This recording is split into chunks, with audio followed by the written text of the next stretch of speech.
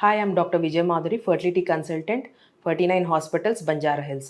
చాలామందికి డౌట్ ఏంటి అంటే ఐవీఎఫ్ ద్వారా వచ్చే ప్రెగ్నెన్సీ, న్యాచురల్గా వచ్చే ప్రెగ్నెన్సీ రెండు ఒకటేనా అని. యాక్చువల్లీ ఆల్మోస్ట్ రెండు సేమే ఉంటాయి. న్యాచురల్గా ప్రెగ్నెన్సీ అంటే మనకి ఎగ్ రిలీజ్ అవుతుంది ఎవ్రీ మంత్. అదే టైంలో హస్బెండ్ స్పర్మ్ లోపలికి వెళ్తే రెండు ట్యూబ్లో కలిసి ఫర్టిలైజేషన్ జరిగి ఎంబ్రియో ఫామ్ అయ్యి మళ్ళీ డే 5కి గర్భసంచిలో వచ్చి అతుక్కుంటుంది.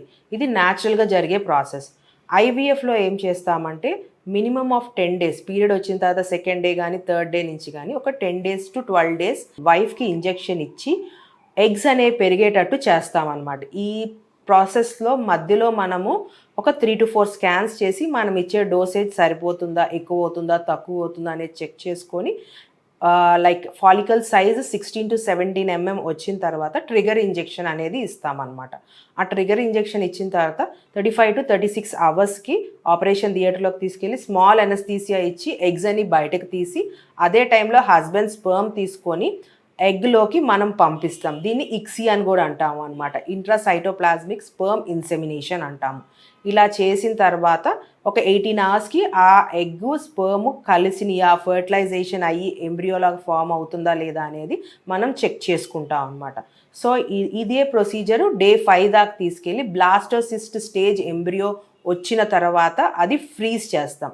కొంతమందికి అదే సైకిల్లో ఎంబ్రియోని పెట్టేస్తాము, depends on their endometrium lining కానీ వాళ్ళ హార్మోన్స్ని బట్టి. కానీ కొంతమందికి ఎవరికైతే ఎక్కువ ఎగ్స్ ఉండటం, హార్మోనల్ ఇంబ్యాలెన్స్ ఉండటం, ఆ సైకిల్లో ఎండోమెట్రియం గర్భసంచిలో పొర సరిగ్గా లేకపోవటం, ఇట్లా ఉన్న వాళ్ళకి ఒక మంత్ గ్యాప్ తీసుకొని నెక్స్ట్ మంత్లో మళ్ళీ పీరియడ్ వచ్చిన తర్వాత సెకండ్ డే నుంచి కొన్ని ట్యాబ్లెట్స్ ఇచ్చి గర్భసంచిలో ఉన్న పొరని పెంచి మళ్ళీ ఎంబ్రియో అనేది తీసుకెళ్ళి గర్భసంచిలో పెడతాం. గర్భసంచిలో పెట్టిన తర్వాత మనం ఎంబ్రియోని మనకి 14 days అంటే 2 weeks తర్వాత బ్లడ్ టెస్ట్ బీటా హెచ్సిజీ అనే టెస్ట్ ఉంటుంది. ఆ టెస్ట్ని బట్టి వాళ్ళు ప్రెగ్నెంటా కాదా అనేది తెలుసుకుంటాం. సో న్యాచురల్గా అయితే మనకి డైరెక్ట్గా హస్బెండ్ అండ్ వైఫ్ కలిస్తే ప్రెగ్నెన్సీ వస్తుంది. కాకపోతే మనము ఇక్కడ ఏం చేస్తామంటే అంతా ఎగ్ అండ్ స్పర్మ్ తీసుకొని మనం ల్యాబ్లో ఫర్టిలైజేషన్ ప్రాసెస్ చేస్తామన్నమాట.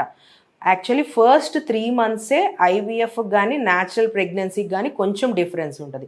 న్యాచురల్ ప్రెగ్నెన్సీ వాళ్ళు నార్మల్ ఫోలిక్ యాసిడ్, వైటమిన్స్ తీసుకుంటారు.